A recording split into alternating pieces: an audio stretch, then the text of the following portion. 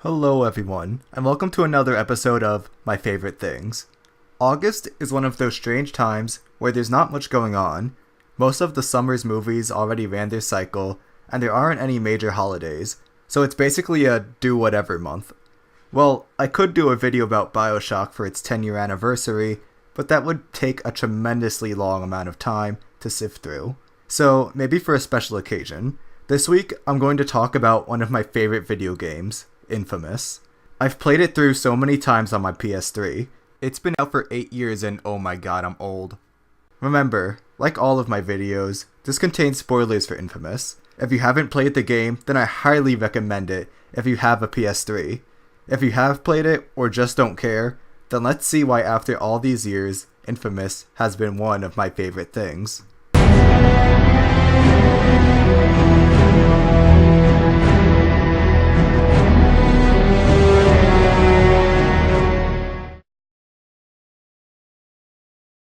The story of InFamous revolves around an average man named Cole McGrath.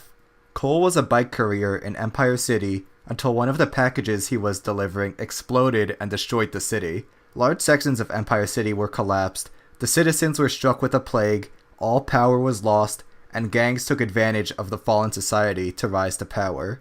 Cole, the character you play as, rises from the center of the blast and discovers that the blast granted him superpowers.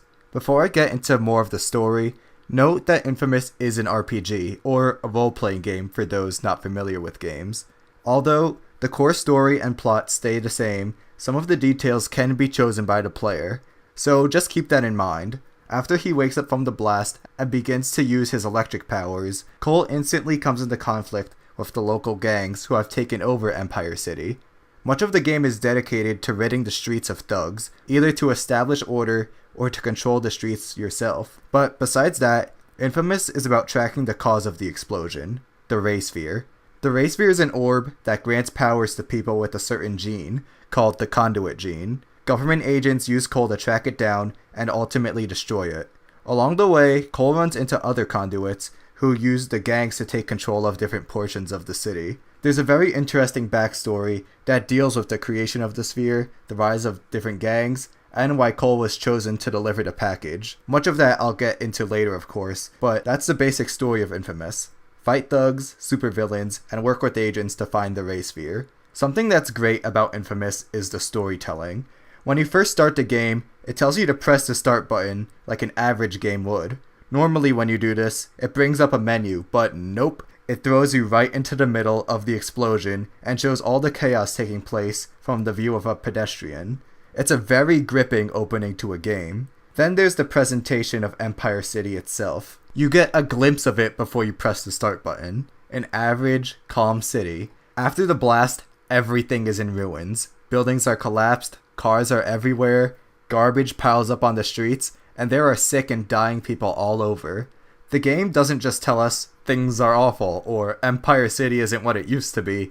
No, we get to witness the devastation for ourselves, and it's really impactful. Also, many of the cutscenes are told in a comic booky art style, fitting perfectly with the tone of the game. Gloomy, yet still a lot of fun. Despite all the devastation, there's still tons of funny dialogue to lighten up the mood of the game. I haven't even gotten into the big spoilers yet, but the story of InFamous is definitely one you won't forget. In InFamous, you play as Cole McGrath. He was a bike messenger who one day woke up with electric powers.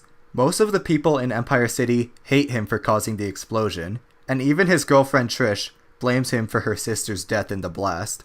Again, you the player choose the path the story takes, so you can either show the citizens of Empire City that they're wrong about you by doing good deeds, or reaffirm their beliefs by playing evil. There's even a choice in one scene where the player has to choose what poster of Cole they like the best, one showing him as a symbol of hope, or one showing him as a symbol of fear. A common problem with RPGs is that the character becomes so tailored to what the player wants that they cease to really be a character anymore. So when you're in danger, you aren't really concerned about the protagonist, you just care that you forgot to save before you died. Infamous isn't like this nearly to the degree of Skyrim or Fallout. Not that those games are bad, they're awesome, but here Cole is still his own character to a certain extent. He's very level-headed, cool, tough, sarcastic, and maybe a bit rebellious. Throughout the game, you get to choose which version of the character you play as. So really I should make 2 separate videos for Infamous, but oh well. Before the blast, Cole was something of an outcast. He lives on his friend Zeke's roof, dropped out of college, and is a bike messenger. Zeke and Cole were no strangers to running into the law. Their uneasy lives changed the day of the blast. The story of the good Cole is to re-establish order in the chaotic remains of his city. Bad Cole uses his powers and the power vacuum to control the streets. So he could either go further and further away from a noble life or truly find his purpose in helping others. Will Cole use his powers to help himself in this suffering world or sacrifice everything for the sake of others? Before I move on, I need to mention his voice. It's so good. It's almost like Batman meets Surfer Dude. Cole's best friend Zeke is consistent no matter which way you decide to play. He's pretty much Cole's sidekick, helping him out throughout the course of the game. Zeke is a southern, self-indulgent slob, but he realizes this and wishes he got the second chance at life that Cole got. Zeke wants to help Cole out, not just because they're friends or for the publicity, but because he wants to make something of himself. Over time, Zeke gets more jealous of his friend, wanting to be a hero. In one scene, he was tasked with helping the police keep supercriminal Alden contained, but abandoned post to play the hero. Soon after, all the police guarding Alden were killed due to Zeke's incompetence. Another scenario like this happens again in a pivotal scene at the end of the second act, when the two locate the Ray Sphere. 2 opposing villains, Alden, the conduit leader of Trash Dogs, and Kessler, the main antagonist, who's mostly foreign to the player at the time, both want the sphere. Zeke has it in his hands as Cole is trying to get him to safety. Kessler promises to grant Zeke powers if he goes with him. After a moment of hesitation, he abandons Cole and all the previous efforts to find the sphere in order to get powers and become super. Zeke made the similar mistake before, but this was him clearly choosing to betray his friend in order to gain powers. He didn't learn his lesson the first time, even though several cops were killed. He comes back in the end to help Cole fight the villain, but quickly gets beaten. Zeke has the biggest character arc in Infamous, and even though he makes bad choices, he's still sympathetic. Again, he was a slob living on his rooftop who watched TV and got into trouble with the cops. This was an easy way to turn everything around and become someone important. By the ending cutscene, the future of Zeke's friendship with Cole is still uncertain, but they're friends again by the sequel. The last main character is Cole's girlfriend Trish.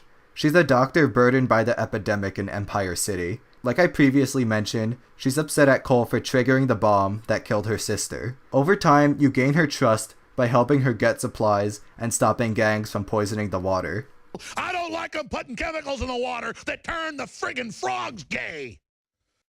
What happens to her in the end is really good, but that will have to wait a minute. Each of the main protagonists go through the challenge of finding their purpose in the deteriorated Empire City.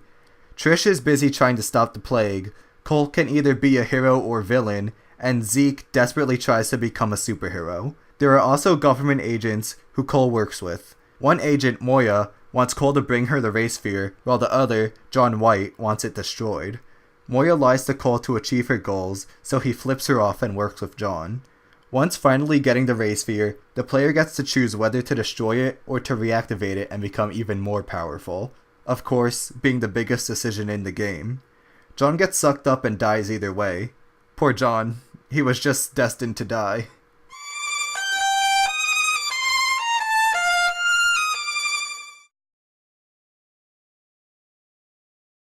Once again, major spoiler warning. This is where the big twist comes. The villain Kessler is a future version of Cole. Even though he's been maniacal and ruthless throughout the game and its backstory, he still has the best intentions. After getting his powers, this version of Cole watched Empire City and the rest of the world get swallowed up by a giant monster called the Beast. Instead of fighting it, he took his family and ran, and kept running until there was nothing, no one left. Cole then learned a new power, one that could take him back in time. He used it to go back and prepare himself to fight the Beast. He accelerated the creation of the Ray Sphere by taking over a group of rogue scientists called the First Sons and pushing progress on this invention. Now known as Kessler, he gave it to the new timeline's Cole to activate. To prepare this Cole, Kessler pushes him to the absolute limit, and he even murders Trish so he wouldn't be tied down by a family to look after once the beast came. Towards the end of the game, he has the player choose between saving Trish and saving a group of doctors. If the player saves the doctors, then of course Trish dies, but if the player chooses Trish, then it's revealed that she's a decoy, and Trish, being a doctor, dies with them. Side note, once again, major spoiler warning. The beast comes to Empire City and Cole has to fight it. Kessler shows all this to Cole as a vision, one final piece to the puzzle before dying after the ending battle between the two. Kessler gives up his life, his future family, and Empire City in order to save mankind from the beast. So is Kessler a good or bad incarnation of Cole? It's hard to tell because his lightning is white, while good Cole has blue and bad Cole has red. Kessler was willing to make immense sacrifices, killing thousands of innocents for the good of the entire world. Did his ends justify the means? Is Kessler really the villain of InFamous, or is he the hero? So by now you've probably picked up on what some of the themes in InFamous are. The first is pretty blatant: choice. Now you could say that about any RPG, but it's especially present here. The whole character around Cole is what he'll do with his newfound powers. When an ordinary guy who you never notice is granted with superhuman abilities, what will they do with them? Will Cole use his electric powers to help Empire City recover from the massive amounts of destruction and turmoil caused by the Ray Sphere? Or will he use the opportunity to bring himself to power? The world is at an ordinary guy's fingertips. Would you trust him to make the right decisions? This is something we see throughout the game in the ordinary civilians. A news broadcaster constantly criticizes Cole, even if you do play as a good guy. There are also protesters that march when you play evil. Another theme in InFamous is loss. All the characters in the game lose someone important to them. Kessler lost his timeline's Trish and their family together. Cole and Zeke lose Trish and their timeline, and even she loses her sister. On top of that, practically everyone in the city is living through their worst nightmare, as the streets are controlled by thugs. There's no law, food is scarce, and the entire city's infrastructure is in ruins. The beast also destroyed Kessler's entire world too. Loss really drives him to put his plan in motion. A third theme in InFamous is second chances. After the blast, Cole was no longer a dropout bike messenger, but now either the savior or ruler of Empire City. Like I mentioned before, Zeke is also looking for his second chance. He doesn't want to keep being a fat slob who sits on the couch watching TV and eating pizza anymore. This theme also applies to Kessler. He failed humanity by running away from the beast. Going back in time is his second chance to save the world. InFamous has awesome gameplay. Cole McGrath basically has the powers of Electro, and the game really explores a lot of cool ideas when it comes to electric powers. As Cole brings power back into sections of the city throughout the game, he receives more and more powers. To start off, you get a simple zap, can recharge, and shoot waves of energy. Over time, you get the abilities to throw grenades, shoot missiles, hover, glide on wires, snipe enemies, create shields, and summon lightning on your foes. And each of Cole's moves are upgradable, including melee attacks. You can also scale pretty much anything and fight while climbing, leading to a lot of cool vertical set pieces. Perhaps the best part is gliding on the train tracks to quickly maneuver around the city. Of course, there are a lot of enemies to fight throughout the game. Many normal thugs with guns, suicide bombers, and other conduits whose genes were also triggered in the explosion. In some cases, what Cole does with his powers is completely up to the player. He can use himself as a defibrillator and revive dying citizens, or he can suck the life out of them and his enemies. Doing what is called the bio-leech, of course, kills whoever is being leeched, but it always brings Cole to full health and full power. So it's a trade-off. Help people but get nothing in return, or kill others to save yourself in the moment. It's selfishness versus selflessness. A lot of the decisions in InFamous are presented in this way. An easy example would be the first in-game choice. Food is just dropped down into the now quarantined Empire City. Do you take it for yourself and be set for weeks, or do you share it with everyone else? Do you look after the needs of the many or just your own? Obviously, choosing to intimidate the people and taking all the food is the evil choice, while sharing it is the heroic one. And the game gives you a lot of choices similar to this, and some that are just plain funny, like making a guy take sludge to the face for you.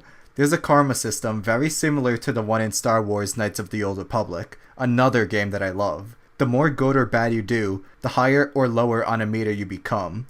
As you become more polarized, you gain access to enhanced abilities. Like Coder, if you choose the dark side, your character starts getting all gray with darkened veins running down their face. There are also plenty of side quests to do that take power away from the local gangs. Doing these missions reduces the amount of thugs you'll find on the street, so besides the main story, there's a lot to do in Infamous. Overall, this game has fantastic gameplay.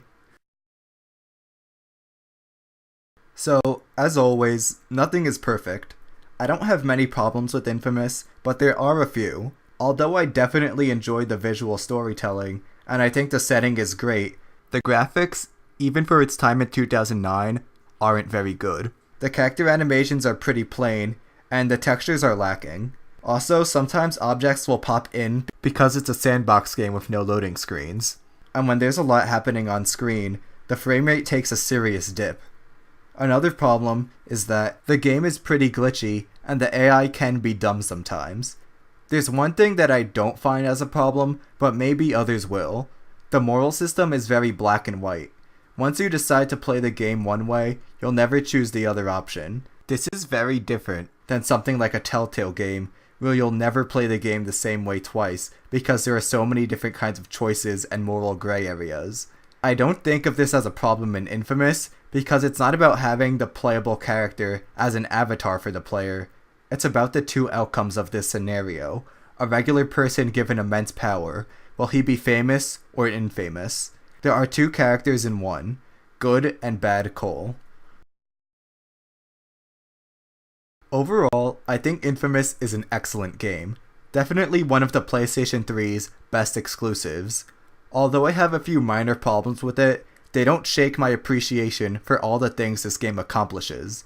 The characters are great, the villain plot is very creative, the plot takes interesting twists and turns, the gameplay is tons of fun, and the setting is so devastating. It is such a gripping game, and a brand new fresh take on the then already oversaturated superhero genre, and that is why Infamous is one of my favorite things. Remember, if you enjoyed this video, please leave a like and subscribe. Thanks for watching.